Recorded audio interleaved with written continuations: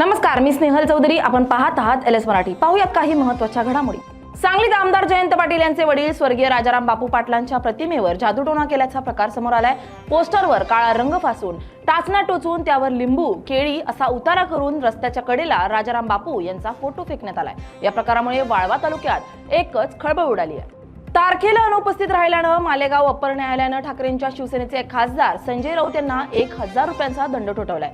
मंत्री दादा भुसे यांनी दाखल केलेल्या अब्रुनुकसानीच्या दाव्यानंतर हा दंड ठोठावण्यात आलाय. या प्रकरणाची पुढील सुनावणी 31 जानेवारीला पार पडणार आहे. अकोल्यात आज प्रकाश आंबेडकर यांच्या निवासस्थानी झालेल्या बैठकीनंतर राजकीय घडामोडींना वेग आलाय. तर भाजपाविरोधात एकत्र जायचं असेल तर आधी एकमेकांना विश्वास द्या असं स्पष्ट सांगत आंबेडकरांनी पदवाटपावर कुणालाही शब्द दिला नसल्याचं स्पष्ट केलंय.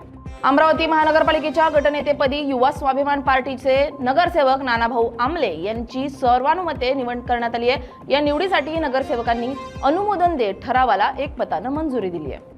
मालेगाव महापालिकेत MIMच्या गटनेतेपदी माजी महापौर अब्दुल मलिक यांची एकमताने निवड करण्यात आली आहे. MIMचे प्रदेशाध्यक्ष इम्तियाज जलील आणि आमदार मौलाना मुफ्ती मोहम्मद इस्माईल यांच्या प्रमुख उपस्थितीत पार पडलेल्या बैठकीत गटनेतेपदासाठी शिक्कामोर्तब करण्यात आलाय. नंदुरबार जिल्ह्यात कृषी विज्ञान केंद्रामार्फत रंगीबेरंगी विदेशी फळभाज्या आणि पालेभाज्यांचं पीक घेण्यात आलंय. यशस्वीरित्या पूर्णपणे सेंद्रिय पद्धतीने पिकवलेल्या त्या भाज्या सध्या प्रमुख आकर्षण ठरत आहेत. आयुर्वेदिक दृष्ट्या संपूर्ण पोषण मूल्य या फळभाज्यांमध्ये असल्यानं नागरिकांमधून या फळभाज्या आणि विदेशी भाज्यांची मागणीही होत आहे. यवतमाळच्या कळंबमध्ये विदर्भातील चिंतामणी मंदिरात गणेश जन्मोत्सव मोठ्या उत्साहात साजरा करण्यात आलाय.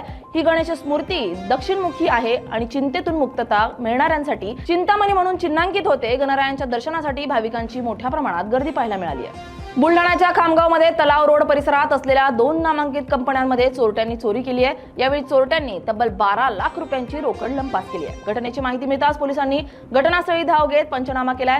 CCTVच्या आधारे पोलिसांकडून चोरट्यांचा शोध घेतला जातोय. मुंबईतील प्रदूषण नियंत्रणासाठी महापालिकेने कडक कारवाई केली आहे. महापालिकेनं वायू गुणवत्ता मापन प्रणाली बसवण्यास टाळाटाळ करत नियमभंग करणाऱ्या 106 बांधकामांना कार्यस्थगिती नोटीस बजावली आहे.